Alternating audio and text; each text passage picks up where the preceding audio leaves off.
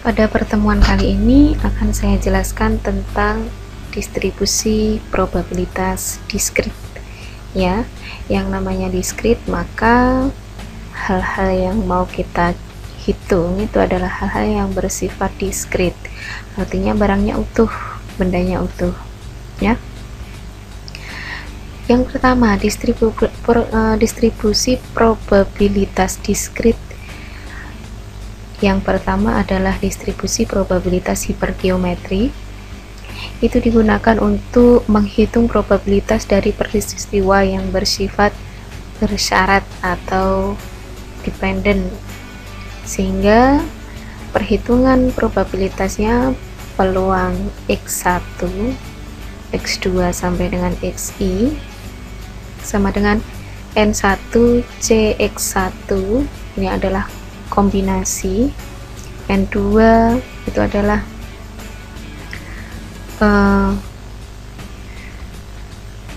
jumlah sampel yang kedua,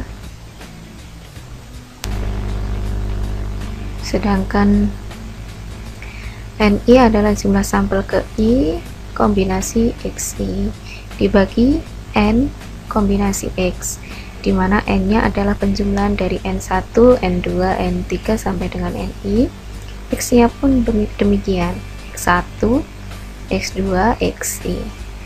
X1, X2 sampai dengan XI adalah banyaknya peristiwa yang diharapkan terjadi dari setiap peristiwa. N1, N2 sampai dengan NI adalah banyaknya seluruh frekuensi yang dapat terjadi, dan N adalah penjumlahan dari N1 sampai dengan NI. Contoh, jika saya memiliki 10 nama pegawai, di mana 4 diantaranya adalah nama wanita dan 6 nama laki-laki, maka jika diambil berturut-turut sebanyak 3 nama, berapa probabilitasnya terambil 2 nama wanita dan 1 nama laki-laki. Di sini kalau saya spesifikasikan, X1 adalah kejadian terambil nama wanita, sedangkan X2 adalah kejadian terambil nama laki-laki. Ya. Tadi jumlah wanitanya adalah 4. Kemudian yang diambil adalah 2. Di sini juga yang laki-lakinya, jumlah laki-lakinya 6, sedangkan yang terambil 1.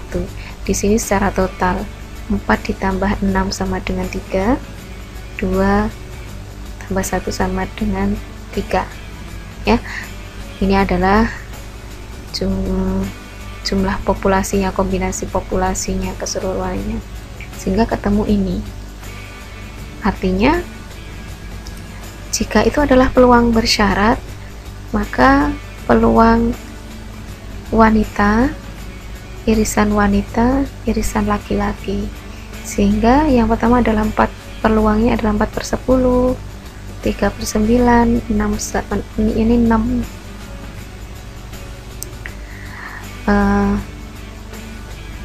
6/8 ya yang dimaksud. Nah, sehingga nilainya 0,3. Ada cara yang lebih cepat. Kita coba dengan menggunakan Excel. Ya, Excel menyediakan tools binomial, maksud saya adalah hipergeometrik. Ya, di sini akan ketemu. Caranya adalah saya buka Excel.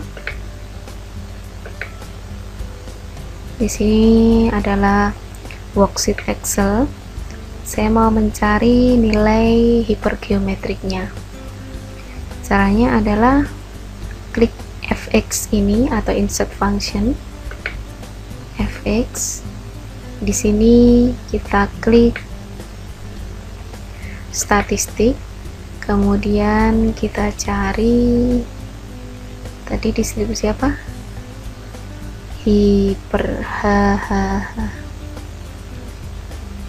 nah ini hipergeometric distribution.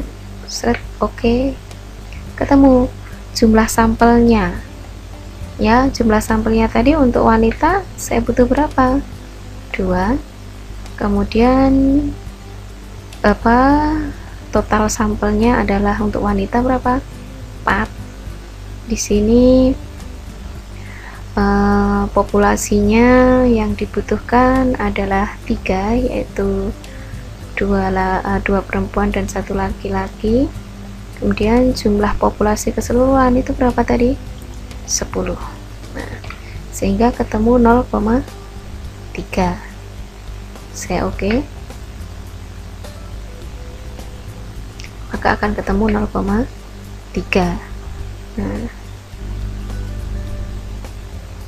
dari sini maka itu tadi adalah cara untuk mencari distribusi probabilitas hipergeometrik.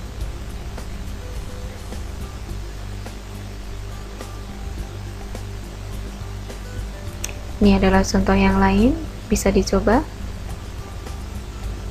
Ini adalah contoh soalnya, coba deh dengan menggunakan Excel.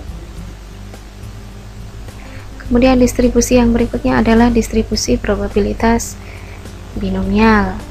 Yang namanya binom itu adalah dua kejadian yang mempunyai peluang berhasil dan gagal, atau dua peluang yang berbeda. Maka persamaannya adalah B buka kurung X titik, N, P sama dengan N kombinasi X dikali P pangkat X dikali Q pangkat N min X, dimana X sama dengan 0, 1, 2 sampai dengan N ya. Di sini ciri khasnya untuk suatu kejadian binomial harus memenuhi 4 syarat berikut. Yang pertama, jumlah percobaan harus tetap. Setiap percobaan itu harus menghasilkan 2 alternatif, yaitu sukses atau tidak sukses, gagal atau berhasil, dan seterusnya. Semua percobaan punya nilai probabilitas yang sama untuk sukses. Yang terakhir, percobaan-percobaan tersebut harus bebas atau independen satu sama lain. Contoh,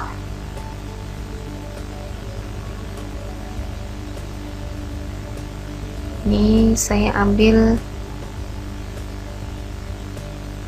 perhitungan. Jika sebuah koin dilempar sebanyak 10 kali, berapa probabilitas tampak muka gambar sebanyak 6 kali?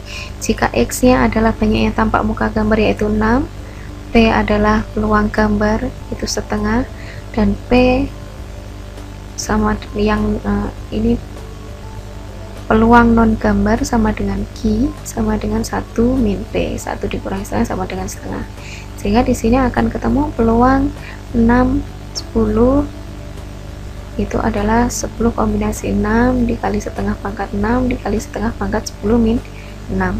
Kuncinya kita harus bisa mengetahui nilai P, X, dan N nya ya. Contoh yang lain, jika kita menggunakan function yang ada dalam Excel, maka kita coba dengan membuka Excel lagi, lalu saya klik functionnya. Di sini tetap statistik, saya cari binomial, binom dis, saya oke. Maka akan ketemu ini adalah jumlah sampelnya atau nilai X nya. Nilai X nya tadi berapa? Jika saya punya kasus PT MJF mengirim buah melon ke Hero swalayan, buah yang dikirim 90%, karena persentase maka ini adalah nilai P nya ya, P kecilnya diterima dan sisanya ditolak. Setiap hari 15 buah dikirim ke Hero. Berapa peluang hanya 13 buah diterima? Berarti 15 ini adalah N nya dan 13 adalah X nya, Sehingga kalau saya masukkan ke dalam ini, di sini X-nya adalah 13, trial itu maksudnya adalah jumlah populasinya adalah 15, kemudian probabilitasnya ada berapa tadi, 90%, 0,9. Kumulatifnya, kalau ini bersifat kumulatif maka ditulis true, karena ini tidak kumulatif maka saya tulis false, sehingga ketemu 0,27. saya oke, ketemu 0,27. Nah, di sini 0,27.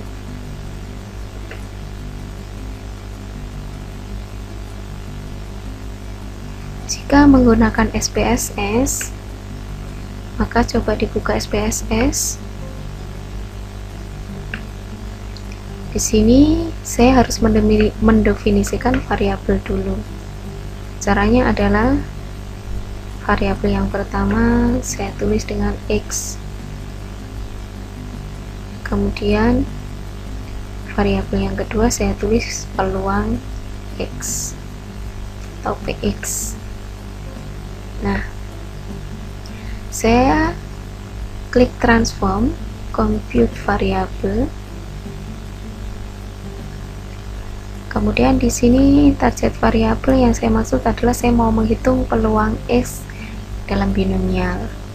Peluang X sama dengan, maka di sini saya cari ya CDF and non central CDF. Kemudian saya cari CDF. Nih, tanda tanya yang pertama saya ganti dengan X. Kemudian yang ini saya ganti dengan 15, karena tadi jumlah populasinya 15, sedangkan yang terakhir itu adalah 0,9, 0,9 itu adalah P-nya. Nah, karena di sini otomatis adalah kumulatif, maka harus kita kurangi. Kita kurangi CDF lagi. Cuma di sini adalah yang saya maksud adalah X min 1. Di sini tetap 15, di sini 0,9. Oh, salah, 0,9. Saya oke. Saya oke. Nah, jika di sini saya tulis 13, maka jika saya transform lagi, saya oke lagi. Nah, maka akan ketemu di sini 0,27, 266 sekian atau 0,27. Itu kalau dengan menggunakan